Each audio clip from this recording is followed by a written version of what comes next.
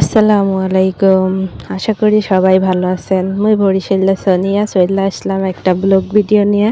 তো গ্রামে থাকি, তো ঘর থেকে বের হয়ে আজকে আমি যাচ্ছিলাম, ঘরের পিছনে একটি ঘের আছে, তো সেখানে যাইতেছি। এখন সামনে পড়ছিল একটা খালের মতো ছোট্ট, ওইটা পার হয়ে তারপরে এই যে ঘেরের ভিতরে চলে গেছি। তো আজকে আমি দেখতে চাচ্ছিলাম যে আমাদের একটি জাম গাছ আছে, বড় বড় জাম হয়, তো সেই জাম গাছের জামগুলা পাকছে কিনা, এখনো কাঁচা রয়ে গেছে। তো তার জন্যই আমি অনেক বড় ঘের এতক্ষণ ধরে আমি হাঁটলাম আর ভাবলাম যে একটা ভিডিও করে নিই, তাই আমি এই ভিডিওটা করলাম।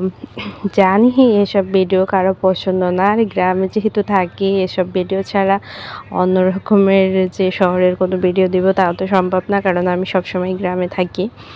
তো এই যে গ্রামের দৃশ্যগুলো দেখেন, আমি সুন্দর করে ফুটিয়ে তুলতে পারিনি ক্যামেরায়, আমি অত ভালো ভিডিও করতে পারি না। যাই হোক, যতটুকু ভিডিও করতে পারছি আপনাদের সামনে নিয়ে এলাম।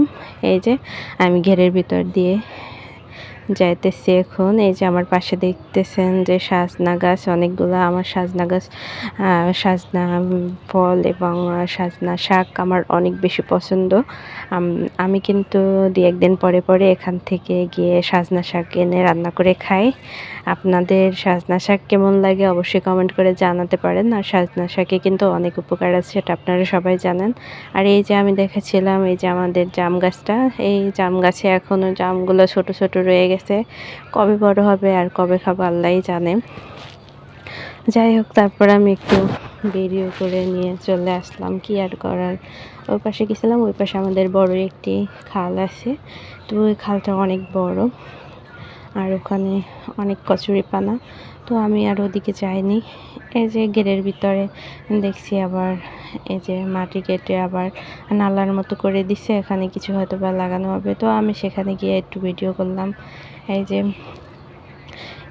যে ঘেরের পরেই আমার একটা বান্ধবীর বাসা আছে, তো আমি এখানে আসলাম আর ওদিকে একটু ভিডিও করে নিলাম। আর এই যে চাক জালটা দেখছেন, এটাই করে কিন্তু মাছ ধরে, ফেলে রাখলে নাকি মাছ উঠে টাইম। যাই হোক, আমি এখানে একটু টুকটাক ভিডিও করলাম। ভিডিওটা করে আমি আবার ঘরের উদ্দেশ্যে রওনা দিলাম। তো আপনাদের কাছে গ্রামের এরকম সুন্দর দৃশ্যগুলো কেমন লাগে? শহরের মানুষের অবশ্যই এগুলো পছন্দ না, বাট আমরা যেহেতু গ্রামে থাকি আমাদের কাছে এগুলোই ভালো লাগে। আর আমাদের গ্রামের দৃশ্য আমার কাছে বরাবরই অনেক বেশি পছন্দ। আর এই যে আমাদের সাজনা গাছ আমি আপনাদের দেখাচ্ছিলাম, কিন্তু ক্যামেরায় অত ভালো উঠতেছে না। যারা ভালো ভিডিও করতে পারে তারা ওরকমের যেমন তেমন একটা ভিডিও করলেও কিন্তু অনেক বেশি সুন্দর হয়, লাইক কমেন্ট শেয়ার হয়।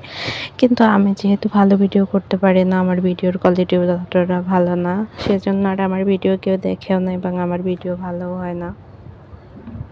যাই হোক, তারপরে কি আর করার, আমি এই ভিডিওটা করলাম। আবার ঘের থেকে যখন চলে আসছিলাম তখন এই ভিডিওটা করছি। আর এখানে দেখা যাচ্ছে এই যে আমাদের পেঁপে গাছ আর মরিচ গাছ লাগানো ছিল, তো এই যে মরিচ গাছটা আমি দেখাচ্ছিলাম বারবার, যে বোম্বাই মরিচ গাছ। এখনও বোম্বাই মরিচগুলো ছোট ছোট, দেখাও যায় না ওইভাবে, জঙ্গল একদম ভরে গেছে। আর আমাদের অনেকগুলো পেঁপে গাছ ছিল ওখানে, ওই যে ঘেরের পাড়ে কিন্তু পেঁপে গাছ অনেকগুলো লাগানো আছে।